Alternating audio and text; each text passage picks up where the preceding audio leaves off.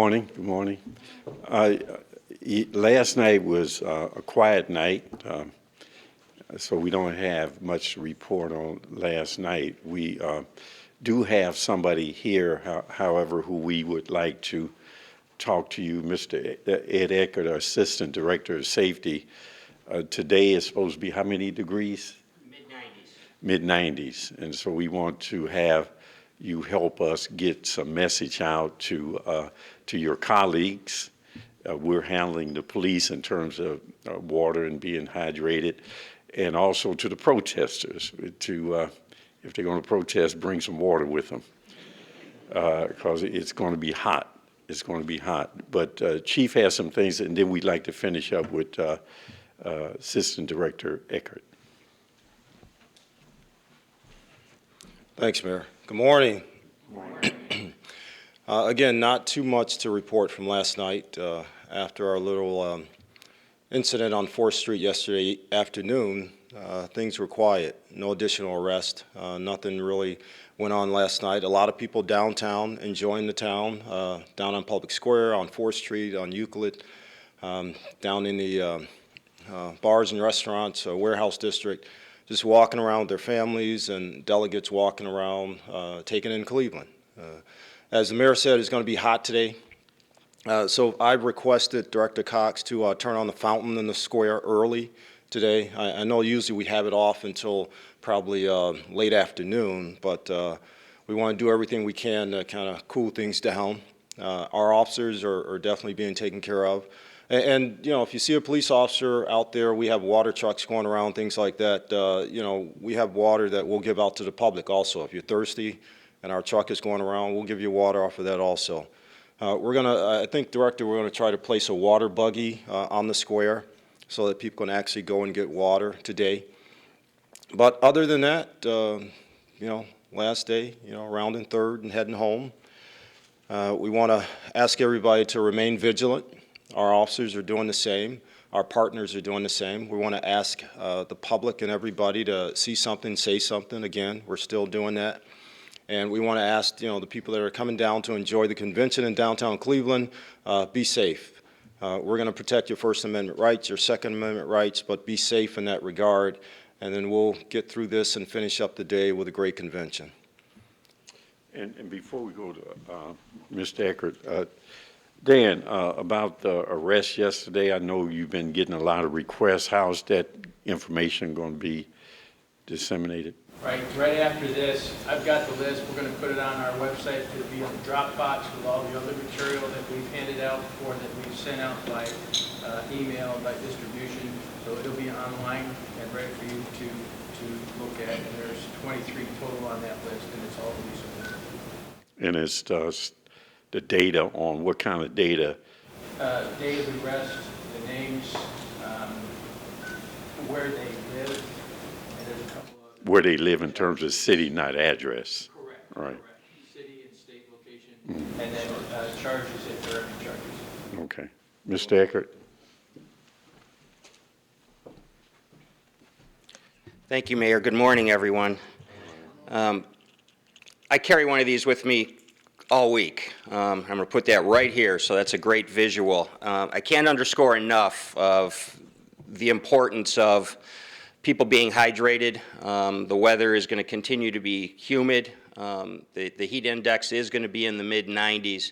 So we're really requesting that anything you all can do to get that information out to people. Don't wait until you get here and you become thirsty to start drinking water. Prehydrate, make sure that you're eating things like pretzels, chips, make sure your salt levels stay up. Gatorade's good to replace the electrolytes that you lose when you perspire a lot. And I just want to go over the 8 locations that we have for water that's available to the general public. We've got 4 fountain locations, and if you haven't gotten a visual of this, I would really recommend that you do so. Our Department of Public Utilities Division of Water employees were very creative. We've got physical water spigots that they built coming right off of fire hydrants, so I think it'd be a great visual for you guys. We've got one that's at Willard Park on the north side of the park, right on Lakeside. One on the south end of Perk Park Plaza, right in the middle there on, that's Chester. We've got one on Mall A, on the south side of Mall A on, what's that street? That's Rockwell, right in the middle of Rockwell. And then we've got one down at Settlers Landing. So those are 4 locations that the general public can go and drink some water. We've also got 4 locations where we've installed water buggies. These water buggies have 8 spigots that come off of them, 4 on each side. Those are cups that are available to the general public. We've got one of those on West 6th and Frankfurt, one down at Kirtland Park, one in Sumner Court at East 14th Street in our First Aid Village. And then we are in the process, if we haven't already, moving one that will be in Public Square. As soon as we get the exact location where it's going to be in Public Square, we'll make sure that we push it out to everybody. But again, I can't underscore enough, if you guys can get the message out, if people are going to be coming down and enjoying the city, or if you're coming down and have other ideas in mind, we still want you to be hydrated. We want you to make sure that you're well prepared. And if any of you, again, to underscore what the chief said, if you all need water, we've got plenty of it, and please take advantage of what we have to offer. Thank you. All right, questions? You just walked in, you're ready to go. Stephen Nelson from US News. I just left the Revolutionary Communist Party's press conference where they said the accusations of assault and that the protester set himself on fire and were self-serving lies to justify unconstitutional arrest. Do you have any comment on that? That will be determined in court. Any other questions? Chief, you've been out at some of these protests. What have you noticed? What has been working? What methods have been the best for keeping the crowd, people safe? Well, you guys have been out there also, and you've seen some of the methods, the processes, the tactics that we've employed to, first of all, keep people safe, keep desperate groups divided to make sure that they can still voice at each other, but they're not physically touching each other and getting into altercations. We're going to continue to do that. It works for us. It's worked in the past, and we'll continue to do that. Can you say the ratio? I feel like the few protests I've been to has been a lot of police, a lot of media, and not many protesters. Can you say the ratio? Exactly. You hit the nail right on the head. Protest groups are a little smaller. Usually it's about 30 to 40, maybe 50 protest groups. We probably have double that number of officers that are either escorting or kind of ringing that group, and then we'll have at least 100 or so media persons. And on that note, and you guys have been out there, a lot of you have been out there, and you're trying to get the shots, and when things start to happen, everybody just crowds into one location trying to get a shot, whether it's a police officers doing some kind of action or a protester trying to say something, and that creates a whole lot of chaos for us to be able to manage. And that's why our officers try to tell people to back up, and it's hot out there. And we get 300 people huddled into a space of, 50 feet. It kind of weighs on people. And that's why we try to tell people, back up a little bit. The more we spread out, the more you can actually see. When all you guys rush in and crowd in, only the couple people right there in front can really see anything. So we ask that you kind of take that in mind when you're trying to get the shot. We're not going to tell you to leave the area unless it's for your own safety. We try to spread it out enough so that everybody can get a vantage point and get a shot of whatever's going on. Yes, sir. Chief, it's our understanding that last night around 7 o'clock, a journalist, an independent journalist from Australia was arrested. We have some lawyers over at the Justice Center. He's not yet been charged. Is there any information that you can give us on that? I don't have that information. Chief, are we still at 17 arrests? 18 from yesterday plus the 5 before, so 23.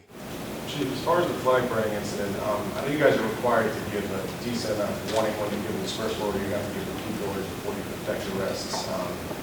Both the Revolutionary Communist Party, the legal observers with the National Lawyers Guild, and I myself were standing about 5 feet from the flag fire. Nobody's going to hear a dispersal order, so can you just explain how it was given yesterday? Is it loudspeaker? Well, it was both given by loudspeaker by Commander Heffernan, who was the commander on the ground there, and it was verbally given by me 3 times face-to-face to several protesters. I gave them the command, you can either leave the area now via this way, you can get out now, or you will be arrested. And I gave that order 3 times to everybody face to face. This was just immediately after the flag went fire? No, I wasn't there immediately after the flag. I mean, when this first happened, I was at Ontario and East Roadway by the casino, and we actually ran from Ontario back down Prospect because we had just left. And once I got there, we tried to get the crowd back, see what was going on, and that's when we immediately start to tell people, all right, this is an unlawful assembly, there's violence being perpetrated, you have to leave the area. So the bulk of those 18 arrests then did not happen in the immediate conflict in the minutes after? Exactly. I don't think anybody was arrested immediately after the flag was burned. The officer was trying to extinguish both them and the flag. Nothing happened then until we got enough people there, and then we started to give orders. And if I can, you do have 2 different circumstances. I don't know what happened particularly there because I wasn't there, but you have 2 different circumstances. If you have an unlawful assembly, I think you're supposed to give the orders 3 times, people have to hear it. But if you have something going on right then, you're not going to give 3 warnings. You will deal with it immediately. So there's a combination of those things. And what the chief is saying, that even though things were happening right then, he did take the time to say to people personally, right, okay. Can you assess the open carry issue and whether that has posed any issues for officers, or has there not been much? No, I don't think it's been an issue with the open carry. It's you know, required some additional resources from us and from our partners to make sure that people understand they're going to be safe, both on the open carry side and on the public side. It hasn't been an issue. Nobody's been, you know, arrested, or nobody's, you know, challenged any of the things we've told them to do. So far it hasn't been an issue. Can you quantify the amount you're seeing of it? No, it varies from day to day. Sometimes we'll get 1 or 2. Excuse me. Sometimes we'll get 1 or 2, and sometimes we get 4 or 5 in a day, but it varies. Yes, sir. Chief, what were officers responding to in that moment when the flag was lit? It seems they moved in quickly, and they'll argue that that's constitutionally protected free speech. What were the officers actually reacting to? Well, the lieutenant that was on the scene with the bike officers and the foot officers actually responded to the person on fire, and he had a fire extinguisher, to which people thought it was pepper spray, but it was actually a fire extinguisher. And he was telling, hey, buddy, you're on fire, and he's trying to put the guy out, and they're trying to push the lieutenant away, and basically struck the lieutenant, and that's when our officers intervened and said, wait a minute. And then the crowd basically got pushed into a corner. All right, you guys have to leave. They locked arms. Nobody wanted to leave. I mean, I personally grabbed 2 elderly people out of that group and told them to leave, escorted them away from the protest. And it looked like their group had some, like you said, folks kind of locking arms, trying to get between the people that were doing the burning and the police officers that were on the perimeter. Is that? I think that's how it started. Again, I wasn't there when it initially started. When I got there, everybody was locked arms underneath the tent, blocking the entrance to the convention site itself, and we were trying to give them commands to leave the area. Do you have any proof that? Yes, sir. Hold on. What were they charged with? There are a range of charges, and Dan can get you that entire list. Yes. I was told by an officer around by RNC, actually right before it happened, that it's not legal to burn things in the street at all. Is that accurate? No. Well, I mean, to a certain extent, it's, you know, you can burn, the flag is constitutionally. The issue, excuse me, Chief, the issue is there's a law against open burning in Cleveland. But if you have a First Amendment expression, that's different. And the burning of the flag is supposed to be a First Amendment expression. I can remember back in the Vietnam era, there were people burning flags and they were arrested, and the Supreme Court decided at that time that even though it was an American flag, people were still allowed to do that if it's a First Amendment expression. So I think that the distinction between just open burning, now they wouldn't have been able to pile up a bunch of wood or paper and then light it on fire. That's an open burning. But if it's the First Amendment expression, it's a distinction there. I think that's what they were talking about. Okay. Chief, do you have any proof that the protester actually set himself on fire? Can you say it's a lie? And also, Again, all of that will be in court. I mean, you guys, there were 100 reporters there and camera persons filming the thing. Yes, sir. Speaking of filming, we have a picture of you praying with protesters. Yes. Explain. Well, they weren't actually, well, I guess in a sense they were protesters. They were protesting for peace.